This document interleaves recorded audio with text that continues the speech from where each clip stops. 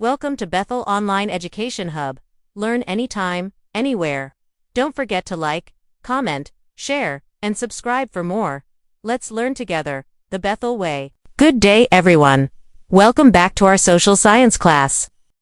Today, we're going to explore an important topic: culture and society from the perspective of sociology. By the end of this lesson, you'll understand what culture and society mean in sociology, how culture is classified, its elements, characteristics, and how different perspectives of culture shape the way we see others. So, let's get started. What is culture and society from the perspective of sociology? Culture. In sociology, culture refers to the way of life shared by a group of people.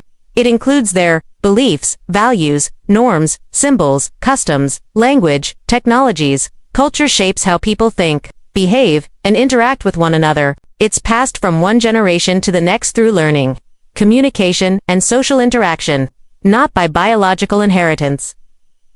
In simple terms, culture is what people have, and how they behave and believe within a society. Society, on the other hand, a society is a group of people who interact with one another and share a common culture. It's a structured community of people bound together by social relationships, shared institutions like family, education, government, common values and traditions. In short, society provides the framework or structure where culture is created, practiced, and transmitted. Culture and society are inseparable. You can't have a society without culture, and culture can't exist without people forming a society. Culture is the content, the what. Society is the structure, the who and where. Classification of culture. In sociology and anthropology, culture is generally classified into two main types. 1. Material culture. This includes all the physical, tangible objects created and used by members of a society. These are things you can see, touch, and hold. Objects that reflect a society's way of life. Examples: tools, machines, houses, clothing, vehicles, artifacts, gadgets. It's the material evidence of human activity. 2. Non-material culture. These are the intangible, non-physical ideas and concepts shared by a society. It consists of the beliefs, values, norms, customs, languages, and philosophies that guide people's behavior and thinking. Non-material culture is further divided into two categories: cognitive culture. These are the ideas, concepts, philosophies, and knowledge produced by the human mind. It's how people think and understand the world. Examples: religious beliefs, scientific theories, moral philosophies, educational systems, superstitions. It's about what people know, think, and believe. Normative culture. This includes all the rules, expectations, and standards for behavior within a society. It defines how people are expected to act in specific situations. Examples: laws, social norms, for example, saying thank you when someone helps you. Traditions, etiquette, and manners. It's about how people are expected to behave. Elements of culture. Now, let's discuss the elements of culture. These are the building blocks of how people live and relate to one another. Here are the main elements of culture. 1. Beliefs. Beliefs are the ideas or convictions that people hold to be true about the world, life, and existence. They guide how people interpret experiences and make decisions. Examples: belief in a supreme being or God. Belief that education leads to a better future. Superstitions like breaking a mirror brings bad luck. Beliefs is what people think is true. 2. Values. Values are shared ideas of what is good or bad, desirable or undesirable, appropriate or inappropriate in a society. Values influence priorities, behavior, and what a society views as important. Examples: respect for elders, importance of honesty, value of hard work. Values is what people think is right or important. 3. Language. Language is a system of spoken, written, or signed symbols used for communication. It's essential for sharing ideas, beliefs, traditions, and history. It also helps pass down culture from one generation to the next. Examples: English, Filipino, Cebuano, Mandarin, written texts, sign language, symbols. Language is how people communicate and transmit culture. 4. Technology. Technology refers to the tools, techniques, skills, and equipment that people use to meet their needs. solve problems, and make life easier. It reflects a society's level of development and way of life. Examples: mobile phones, transportation systems, farming tools, internet technology is what people use to survive and improve life. 5. Social norms. Norms are rules and standards that guide behavior in a society. They tell people what is expected, accepted, or forbidden in certain situations. Types of norms: prescriptive norms and prescriptive norms. 1.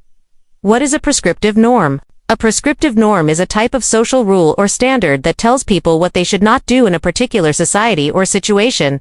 It's a prohibition, a behavior that is considered improper, unacceptable, or forbidden by society. Examples of prescriptive norms: do not steal, do not cheat during exams, do not litter in public places, do not disrespect your elders, do not talk while someone is speaking. Prescriptive norm says don't do this. Prescriptive norms helps maintain order and harmony in a community by discouraging harmful or disruptive actions. What is a prescriptive norm? A prescriptive norm is a type of social rule or standard that tells people what they should do in a particular society or situation.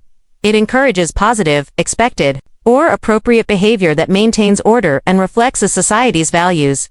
Examples of prescriptive norms: say thank you when someone helps you, respect your parents and elders, stand up when singing the national anthem, help those in need, obey traffic signs and signals. A prescriptive norm says you should do this. It guides people toward good and acceptable behavior within a society. Ideal culture and real culture.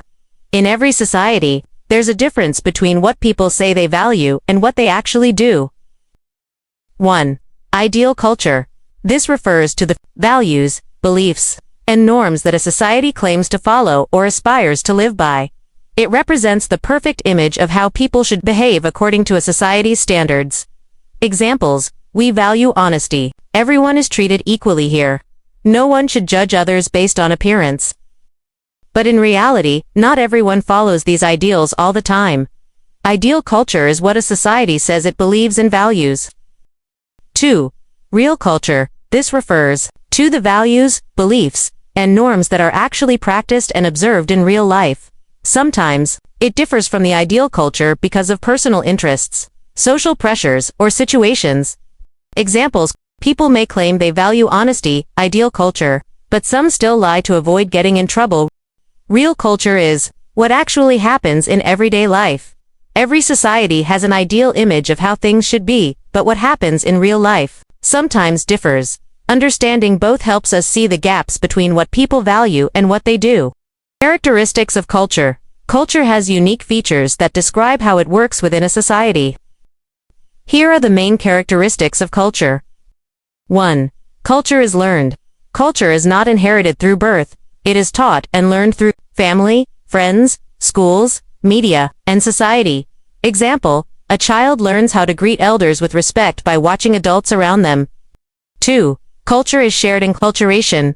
Culture is shared by members of a society. Groups of people often share similar customs, values, and beliefs, but shared culture does not mean everyone is exactly the same.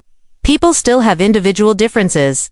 Example: Filipinos share customs like mano po to show respect to elders. Enculturation is the process by which people learn and adopt the culture of their own society. It's how individuals, especially children, absorb the beliefs, values, customs, language, and traditions of the group they belong to. We say that culture is enculturation because culture exists and continues through this process of teaching, learning, and passing it on from generation to generation.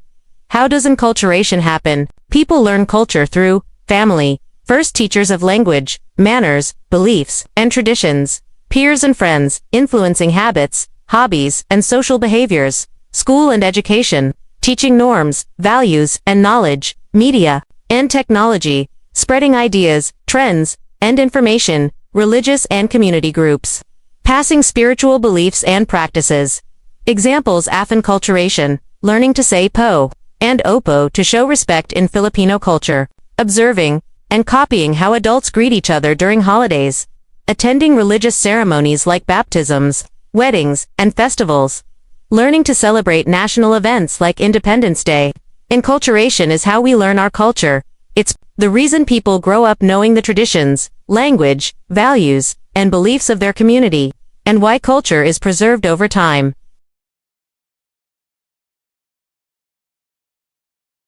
Three, culture is integrated. Culture is holistic and interconnected. All parts of culture, beliefs, traditions, values, norms are connected and influence each other. Example, a change in technology like the invention of smartphones affects communication styles, values, and social relationships. For culture is adaptive and dynamic. Culture can adapt and change over time in response to environmental, social, or technological changes. Example, from face-to-face conversations to online chatting and video calls in modern times. 5. Culture is abstract. Culture mostly exists in the minds, attitudes, beliefs, and habits of people. It's not always something you can physically see. Example, beliefs about love, honesty, or respect. You can't touch them, but you can feel and observe them through behavior.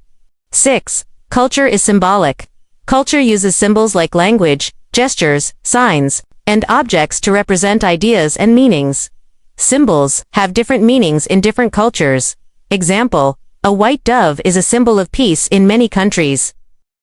Culture is learned, shared, integrated, adaptable, abstract, and symbolic, making it a powerful force that shapes how people live, think, and relate to one another. Different perspectives of culture. These are the different ways people view, compare, or react to other cultures based on their own beliefs and experiences. Understanding these perspectives helps us appreciate diversity and avoid unfair judgments. Here are the key cultural perspectives. 1. Ethnocentrism. This is the tendency to believe one's own culture is superior to others, and to judge other cultural practices based on the standards of one's own culture. Example, thinking that eating with your hands is dirty just because your culture uses utensils. Without understanding that in other cultures, it's traditional and meaningful, it can lead to prejudice and discrimination. 2. Xenocentrism. This is the belief that foreign or other cultures are better than one's own. It's the exact opposite of ethnocentrism. Example, a person might think that imported clothes or products from other countries are always better than local ones. Even without reason, it can result in undervaluing one's own culture. 3. Xenophobia. This refers to the fear or dislike of people, things, or practices perceived as foreign or strange. Example, avoiding or mistreating people from other countries just because of their appearance, accent, or customs. It often leads to social tension and discrimination. 4. Temporocentrism. This is the belief that one's own time period is better or more important than those of the past or future. Example, thinking that today's generation is smarter or more advanced than older generations without appreciating their contributions or experiences. It can lead to disrespect for history and older ways of life. 5.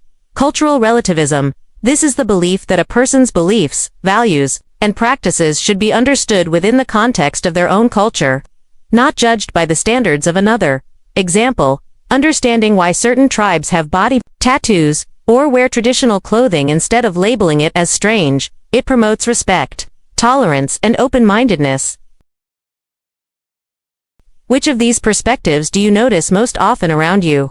And that's it for today's lesson on culture and society from the perspective of sociology. Remember, culture is not just about traditions and beliefs. It shapes how we live, think, and relate to others. And by being aware of the different cultural perspectives, we become more respectful and open to diversity. Thank you for listening, and see you in our next class.